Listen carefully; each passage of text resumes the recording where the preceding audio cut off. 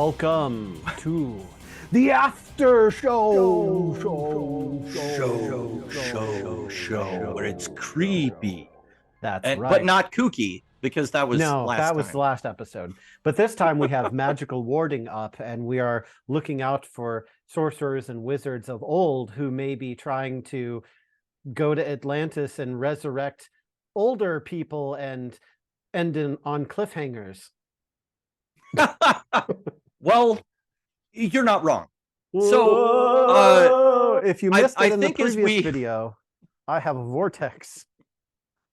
you do have a vortex. That is all. That might Carry be on. leading to yeah, I don't know where that's going. It doesn't look like it's anywhere good. That's for sure. Oh, It's happening. Oh no, it's happening. uh okay, I'm sorry. so I think one of the best ways to continue this discussion is to talk about the history of the team. And that's actually going to pull it into focus even more why this story doesn't quite measure up to some of what's come before. So I think I would agree with you, just kind of picking up where you left off, that that wasn't a great jumping on point for Justice League Dark. Even Yeah. though it was the beginning of a new arc, it's definitely not the best that the team has to offer. So they actually have only been around since 2011. Ooh. Justice League Dark #1 debuted in 2011. So this is immediately following the New 52 reboot. And their founding members were Deadman, Boston Brand, John Constantine, Madame Xanadu, who you probably would have seen in the Hawkman Awakening trade briefly. She was in that. Oh yeah. Okay. Shade the Changing Man, and then Zatanna Zatara. So those are the founding members. The Yeah, idea Deadman. behind Oh, oh sorry. yeah, go ahead. Deadman was in the Justice League Dark animated movie. So, and Oh Boston yeah. Brand. So I don't know if I'd Mm-hmm. seen that character anywhere before, but it was enough in that movie to figure out, what was about his character. And then Madame Xanadu, which you mentioned, but I don't think I've heard of Shade the Changing Man. Like a lampshade? He's really weird. So no, he has this reality altering vest that can like turn his thoughts into reality. And unfortunately, during like the first story arc of Justice League Dark, I think we discovered that he had actually his girlfriend had broken up with him and he changed reality so that she was still with him. And so there's like this whole thing where like that turns into like a big dark monster that comes after him, and he loses control of his powers and then he's off the team. So he is Wow. one of the founding members, but he's not there for like a super long time. Okay. Deadman, John Constantine, and Zatanna are the three members that have probably been with the team the longest. They're sort of like the dark trinity, if you will, of the Justice League Dark. So they're really the core characters that always seem to be in every iteration of the team. It's actually really surprising that they have not been on the team since they were brought back in 28, or that Deadman wasn't, I should say, because he's usually always there. Hmm. But yeah, I mean, he's basically a ghost. He was murdered, and like a Hindu deity or something. I don't know. It's some deity called Ramakrishna comes and is like, you can avenge your death and find your killer as long as you like do enough good deeds in my name or something. So all he can do is like possess people. That's Mm-hmm. it. So, but he was an acrobat. So like he can do all these crazy acrobatic things in other people's bodies. And then like they wake up from the possession and they're like, oh, why does my back hurt? And all this stuff because he's just been like putting their bodies through the ringer. So Yeah. In the Justice League Dark movie, he possesses Batman, and then he's like, "Oh wow, this vessel is oh surprisingly like resisting me. Oh, what's going on?" And I'm like, "Of course, because I'm yeah. Batman."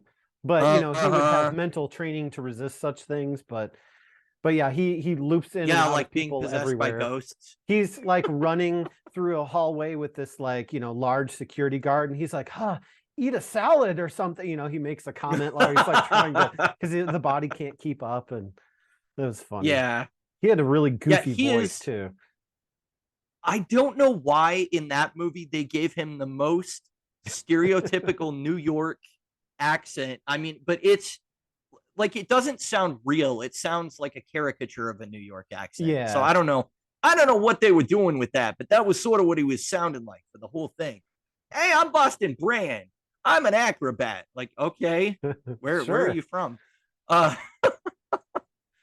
but so the idea behind Justice League Dark was partially to integrate the Vertigo comic book universe into DC.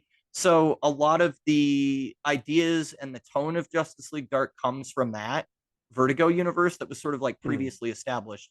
Because after Flashpoint, Barry Allen reboots the Earth, and we get Prime Earth for the DC universe. So at this point, the Vertigo characters like John Constantine and Swamp Thing that kind of had their own continuity in the Vertigo titles are now part of the DC universe proper.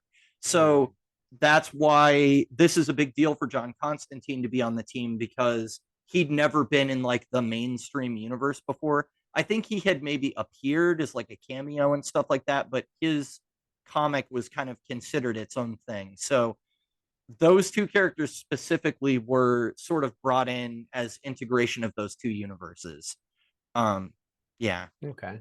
So that's partially why this title was created. There were other titles at DC at the time that tried to integrate Wildstorm characters into the DC universe. That didn't work quite as well. DC is actually doing that again now, and they're doing it much more effectively. So it's interesting that they sort of tried that for a minute and they abandoned it, and then now they're doing it and they're a little more committed to it. So anyway, but the team was first assembled by Madame Xanadu, who's a powerful fortune teller with the ability to see the future. That's really all her thing is. She can see the future. So she organizes all the members, realizing that her terrible visions of the future couldn't be prevented by the primary Justice League. And let me find one of those visions here, because we've got some. You were looking for more dark and horrifying stuff, and there's definitely that in here. Oh, So goodness. that is Enchantress, who is the first foe that the Justice League Dark fight. Yeah. Oh, there we go. That's a good shot of Dead Okay. Man, and that's actually June Moon on the left there, and then Enchantress on the right. So basically, what had happened prior to this, and I don't know if this was established in some other title. This is a number one at the beginning of New 52, so my guess is no. But June Moon and Enchantress have been split from each Hmm. other. So Enchantress is just off there, like wreaking havoc, causing damage. She has no vessel that she's possessing, so she's just like annihilating everything in her path, like turning people into bugs. And I don't know, like there was a tornado made of witches' teeth that was like flying around Kansas. And Wow. Superman and like I think Cyborg tried to go stop it, but they're like, it's magic, we can't do anything. So Yeah.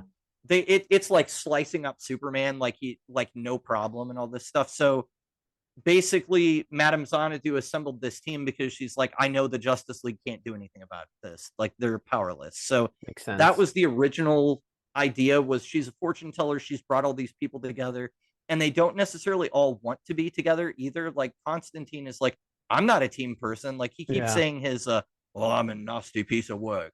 That's like his thing that he likes to say. So yeah, he wasn't much of a team player, so he would like join and leave and join and leave, and like that sort of thing, kind of like Shadow in Final Fantasy VI. So how he like joins the party and then leaves the party, and Yeah. you never know when he's going to show up. But I'm much more familiar with this version of Enchantress, which again, that's her at the top on the cover, integrated with June Moon.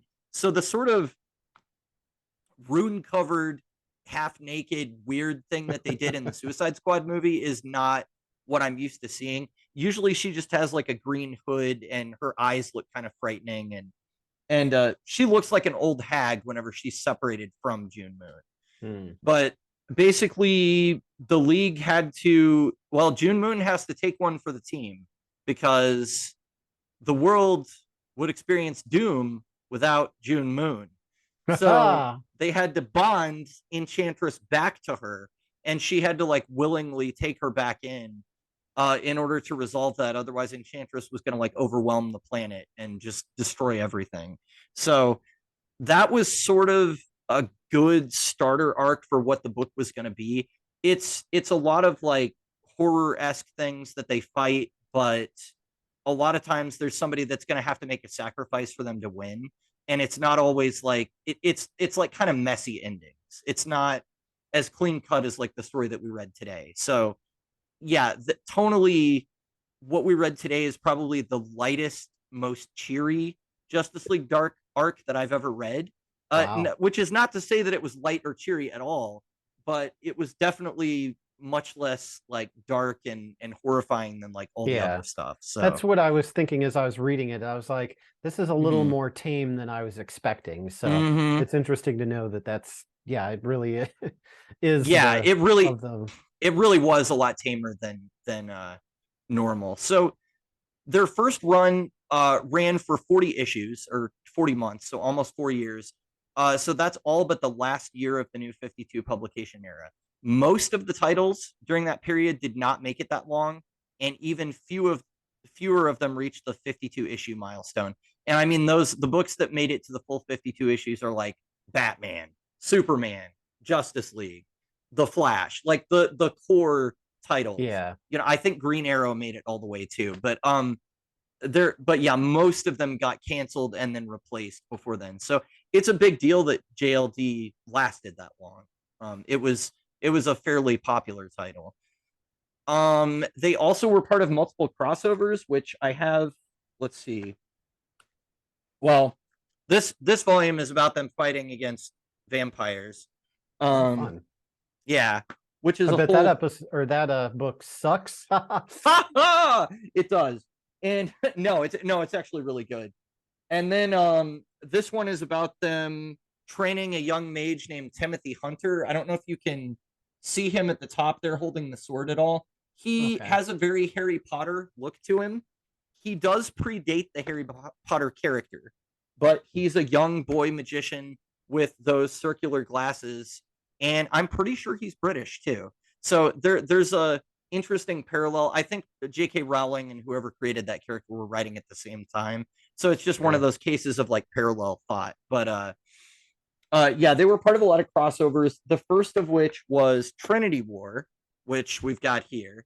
So that is a crossover between the Justice League of America, which was led by Steve Trevor, the main Justice League, and the Justice League Dark.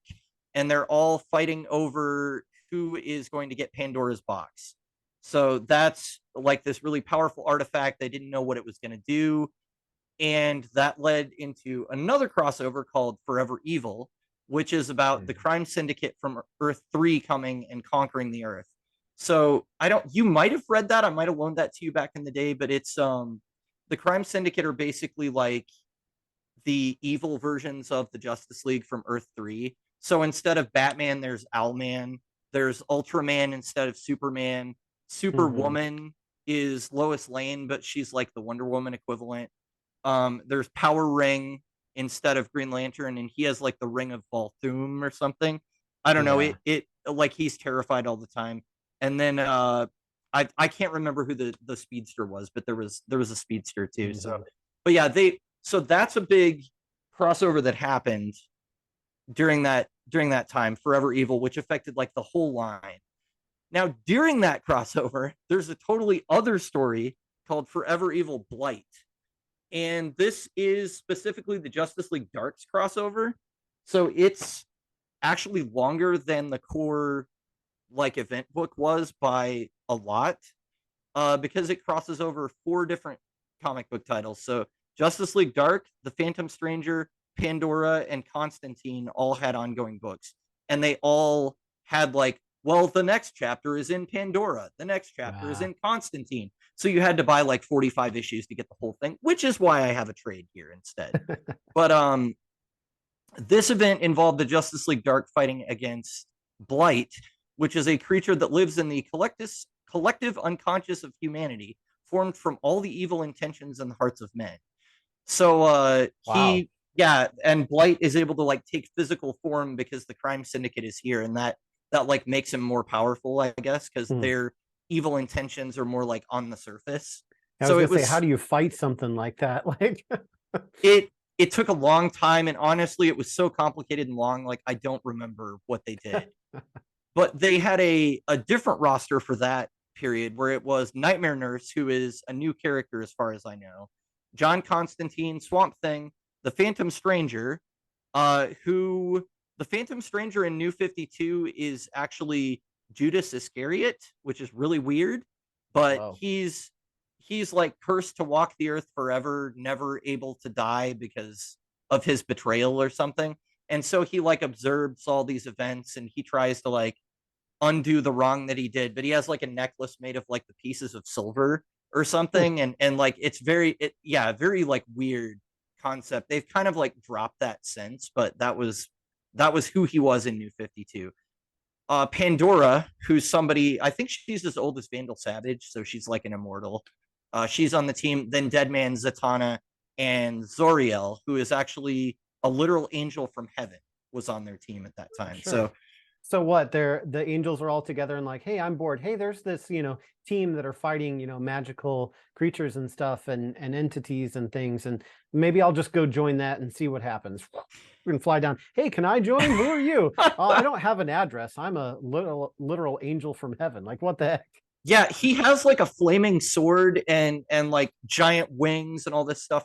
And mostly what I know of his history is that in the 90s, Hawkman was deemed too confusing by the DC editors to continue to exist in comics. So Grant Morrison was writing Justice League of America at the time, and he wanted a Hawkman-like character that could fly and use bladed weapons. So he came up with Zariel, who's an actual angel from heaven, to be like a representative of heaven on earth to like fight battles and help humanity, basically. So that's where he comes from. But there's not really much explanation in New 52 of like, does he have a different history? Like, where did he come from? It's just like, oh, Zoriel, and then everyone knows him.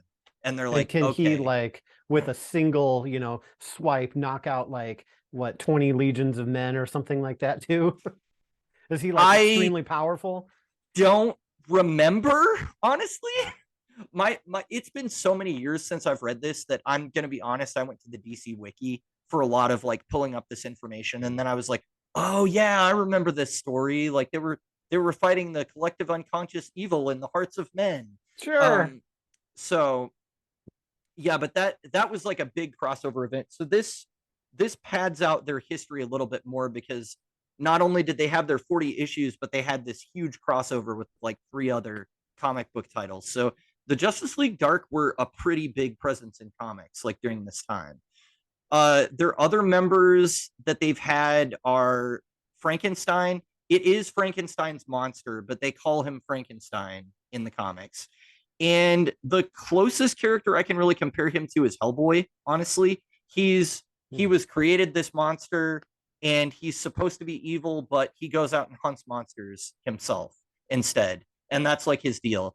And he has a bride. She has 4 arms because I don't know why they put her together differently when they were using corpses for her body. But she's just like in like the old Universal movies. She's not like really interested in Frankenstein as a lover, and he sort of like wants to reunite with her. So that's a character that's brought in every once in a while.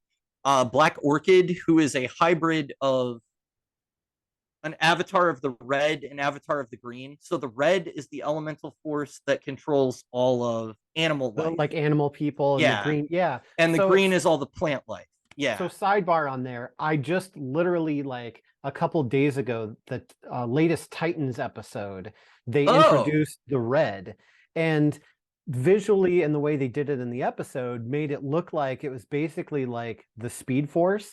And so they actually show him not only being able to like almost teleport from one location to another, but also through space-time and the multiverse.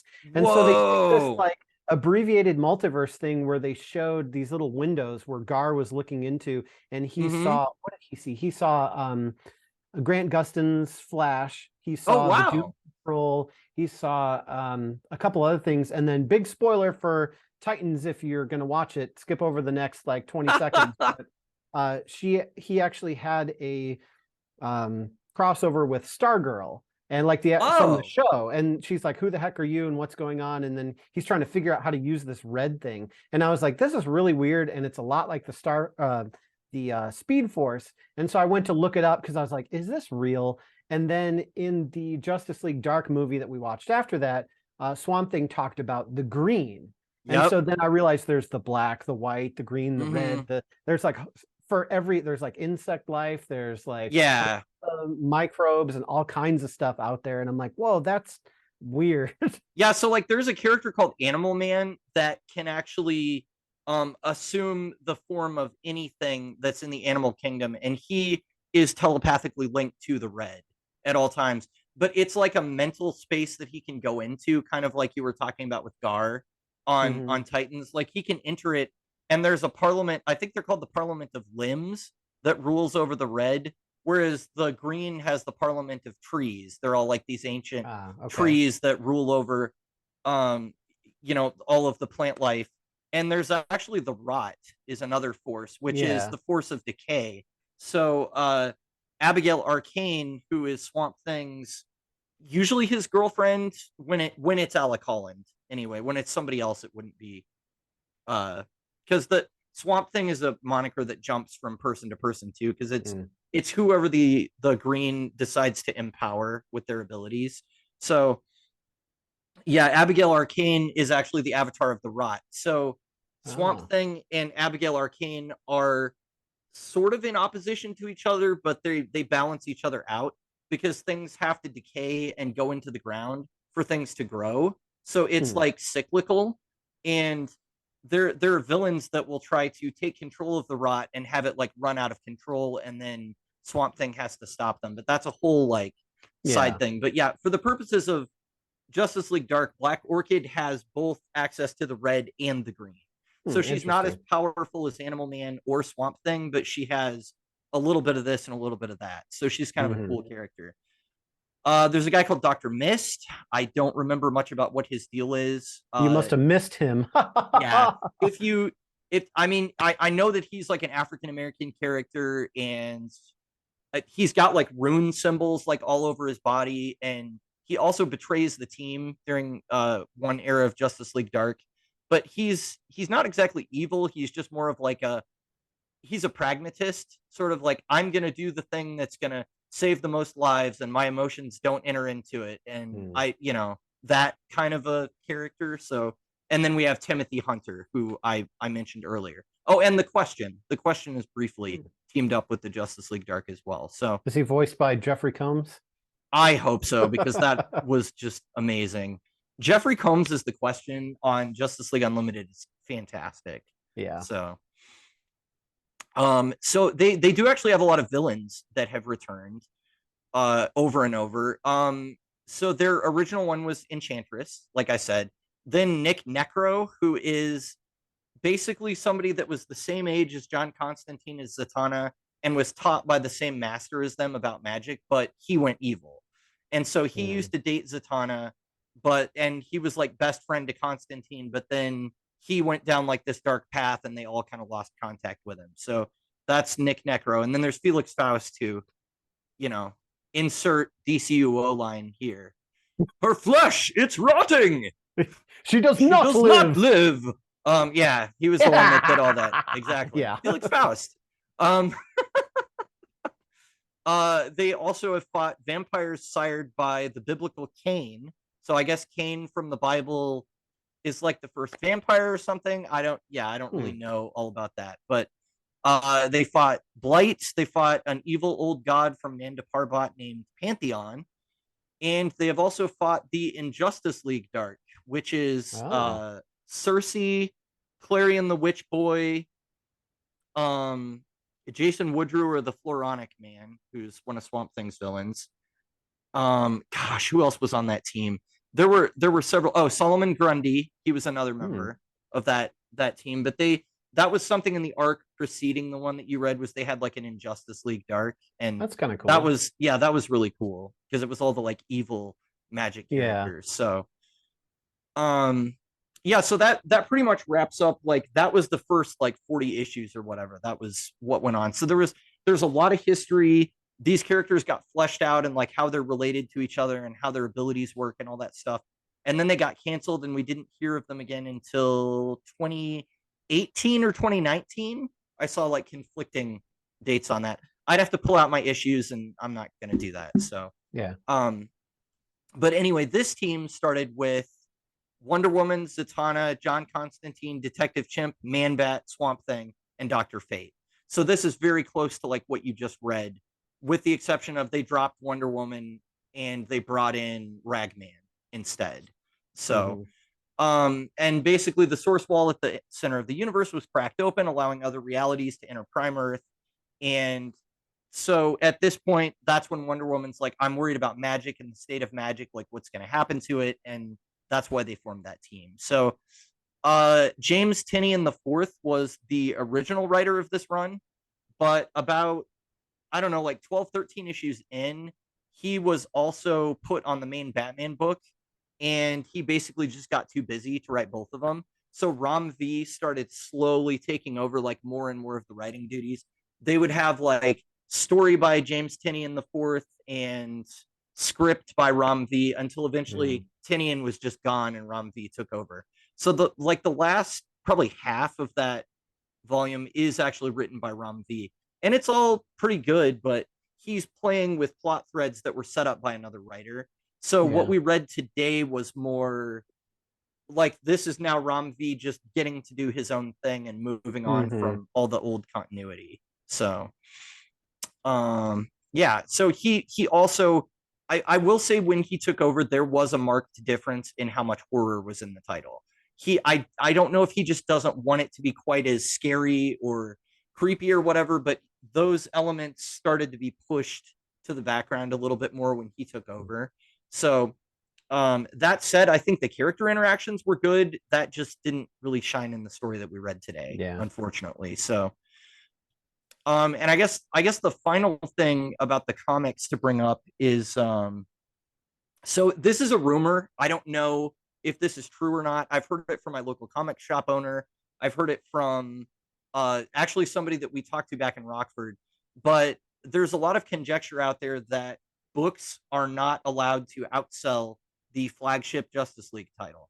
Why that is, I don't know. But I've seen and heard enough people say it that it's at least worth mentioning. So Justice League Dark was outselling the primary Justice League title in like a year or so ago. And at that point, it got canceled and then moved into the primary Justice League title as 10-issue backup stories. The theory is that that was done because they're trying to get all those Justice League Dark readers to buy the Justice League title, but I don't know why you care where the money's going if you're selling books. So I don't know. At any rate, that decision was made, and that's why Ram V's story for the trade we read today, which would have normally been like 6 issues, took a whopping 13 months to play out, and that's not including the annual. So if you think it was disjointed reading it the way we did, I'm sure that reading it on a month-to-month basis was like excruciatingly slow. Yeah, I bet. Wow. So yeah, but at present, as far as I know, the only way to continue reading Justice League Dark is to pick up the main Justice League book or wait for the trade. So they have appeared in media a few times. John Constantine has appeared in media more than any of the other characters by a long shot, but they do have 2 animated movies, one of which I own and I think you watched. Yep. And then there's another one called Apocalypse War, and they're all connected narratively to the other DC Universe original animated movie universe, which that's a very long acronym for it. But there's a whole like universe of animated movies that exist in the same continuity. So those are part of that. And I think yeah, I don't know. What did you think of the Justice League Dark animated movie? I liked it. I kind of, I don't know, probably enjoyed it a little bit more than I did, what we read.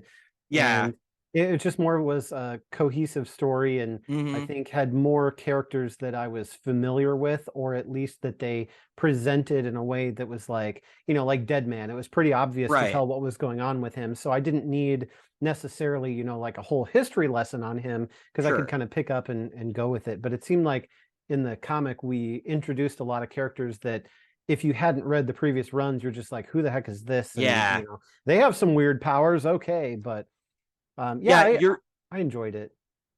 you're not given much to go on for some of the people in the run that we read. So I would definitely Yeah. agree with that. And of course, Matt Ryan as Constantine is there. So he has now played Constantine in the TV series that was just his solo show, Legends Mhm. of Tomorrow in the Arrowverse, and both of those animated movies.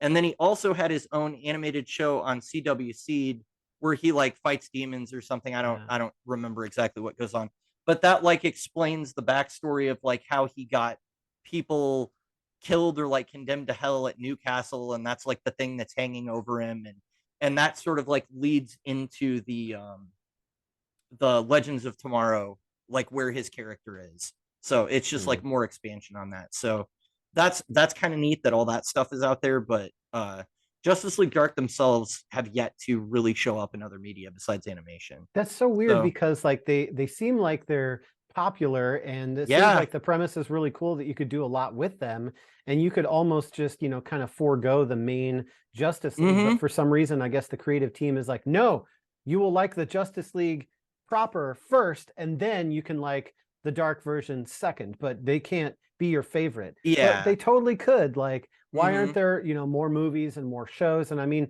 goodness, get Matt Ryan a movie. Like, Oh come on. yeah. Unless people are 100%. like, well, he's not Constantine, that's Keanu Reeves or whatever. Like, come on. There's no Keanu contest Reeves. there.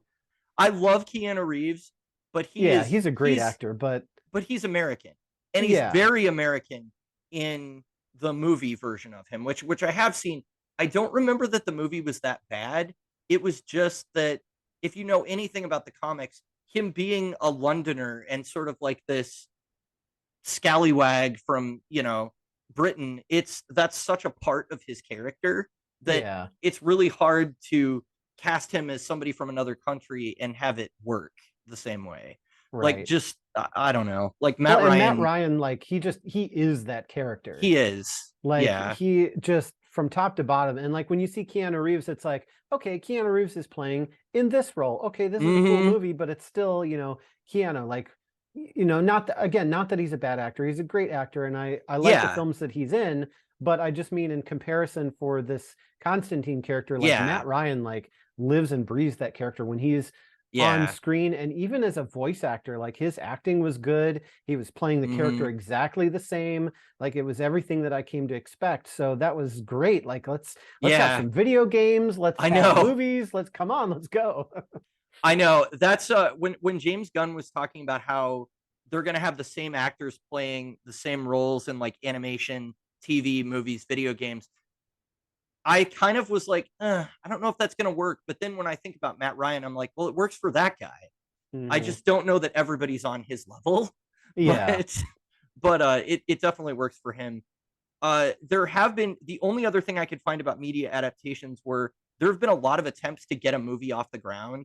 And Guillermo del Toro actually was like eyed to direct, and there was like a finished script written. They were doing like concept art for the costumes, and then DC or Warner scrapped it. So I don't know what happened with that, but there have been like 2 or 3 versions of that floating around for like at least a decade. So that would have been really interesting. I know. Yeah. So hopefully, I mean, I like these characters. I think the concept is really strong. It's a shame that we came in at the run that we did for this one, but I think it was also fun for me because I did get to read a chapter that I hadn't read yet. So that was kind of neat, you know. Yeah. And it's not like it was, you know, terrible. It wasn't like a 0 or 1 out of 5 or like, oh my gosh, burn it, you know, that kind of thing. Like it still was interesting, and it, you know, we got a whole podcast out of it. So there was definitely material to talk about. So it was for sure enjoyable to go through, but I'm sure there are more fun stories out there that you could also do. So, or more horrifying stories. More horrifying. Well, speaking of more fun stories, everybody can come back for Deadpool next time. Yeah, that should be a lot of fun. No crazy, wacky psychedelic portals there. Not, at least not physically, just maybe in your mind. Only in my mind. My mind. All right, well, till next time, thanks for listening, and we'll get you later. Magic. Expelliarmus! Avada Kedavra!